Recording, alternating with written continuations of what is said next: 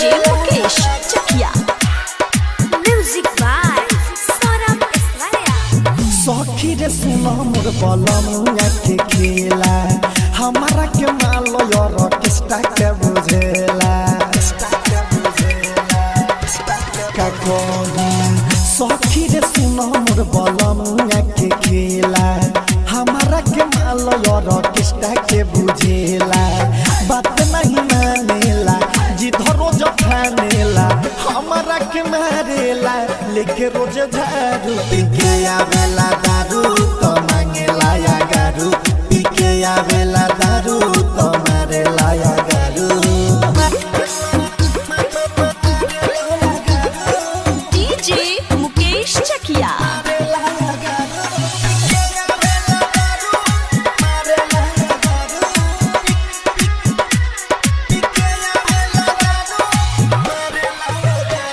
का कोही कितना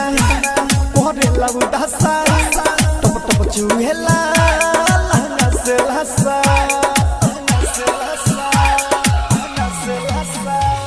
का कोही कितना कोरे लगू दसा टप टप चुहेला लहंगा से लहसा कोहेला मुनी हुरजो नहीं तो हमसे जुड़जो कोहेला मुनी हुरजो नहीं तो हमसे जुड़जो बोलेला बात जैसे बोलेला बारू पीके आवेला दारू तो मांगेला या गारू पीके आवेला दारू तो मांगेला या गारू। डीजे मुकेश चकिया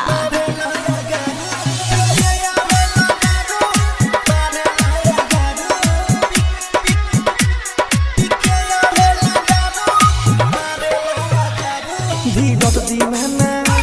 सखी मोर सहिया रोज रोज लगावे नया रुपैया ओ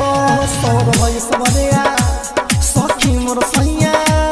रोज रोज लगावे नया रुपैया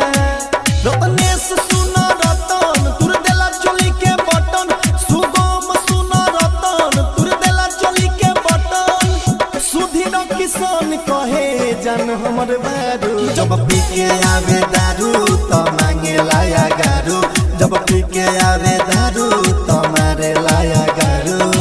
Saurabh digital recording studio Motihari.